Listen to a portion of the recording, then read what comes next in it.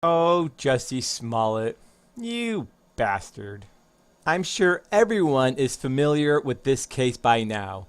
I knew right from the beginning that the guy was full of shit because the alleged crime was too perfect. Here we have someone who is very vocal in their hatred of not only Trump, but all of his supporters. Some of Smollett's favorite pastimes was calling Trump and his supporters racists and bigots.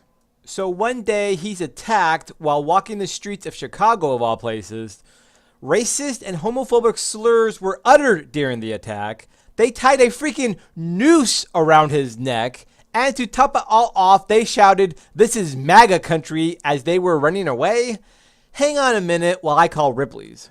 This crime was just too perfect, almost as if it were staged. And the story just kept getting more and more far-fetched the more we learned about it. He just happened to be on the phone with his manager at 3 in the morning when the attack happened.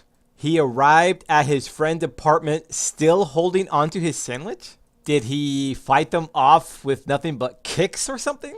To be fair, I was giving him a slight benefit of the doubt in the beginning. I thought he was possibly mugged. It is Chicago after all. But that wasn't a juicy enough story to tell people, so he had to play up the story to make it sound like he fought off two racists who wanted to lynch him. But no, it wasn't even that. He paid two men to stage an attack against him so he could become the latest victim in Trump's America. The interesting part of this story, and what I want to focus this video on, is that Smollett's plan probably would have been successful had he not gone to the police. There is nothing illegal about hiring someone to attack you. There is nothing illegal about telling people you were attacked. This only became a crime because he reported a fake crime to the police. That's a big no-no. This leads me to believe that the only people who knew it was staged was him and the two people he hired. He made sure he was on the phone with his manager at the time of the attack so he could have a witness who heard the whole thing. He was staying with his friend at his apartment at the time, and this is probably what led to his downfall. Smollett's plan was probably to just tell his friend what happened. His friend would get all worried, call the news and tell him what happened, then the media would go crazy and request interviews and all of that. Because remember, Smollett didn't want to call the police and didn't even want to go to the hospital. Instead, his friend called the police, and Smollett probably thought it would look awfully suspicious if he didn't even talk to the police, who were face to face with him, to speak with him about the hate crime he was the victim of. The police also encouraged him to seek medical treatment. This isn't to defend Smollett. He's still an ass because he willingly committed the crime of reporting a fake crime to the police. Even if he hadn't, he's still an ass to even lie about being attacked, even if it was just to the media. But the point is, he would not be in any legal trouble right now had he not reported the crime to the police.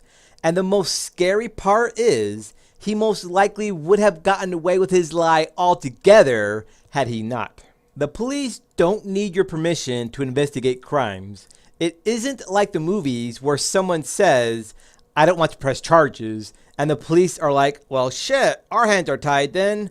The police can investigate any crime they want.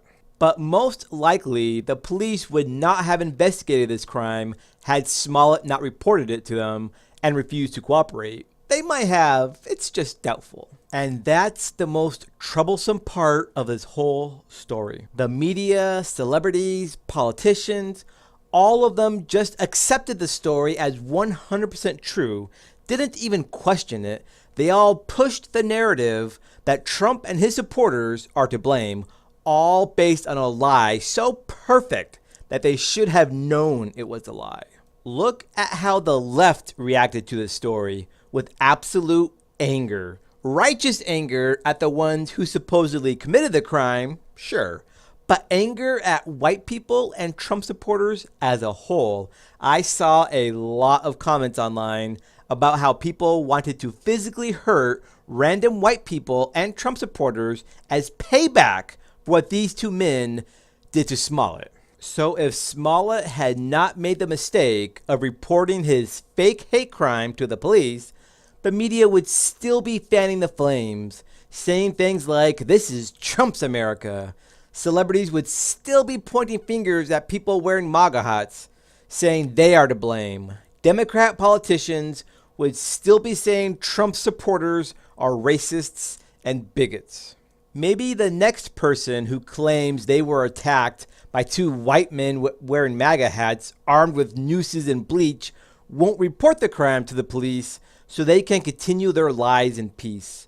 And I'll be willing to bet the media will be right beside them, ready to report on every lie that comes out of their mouth. This is the media's America.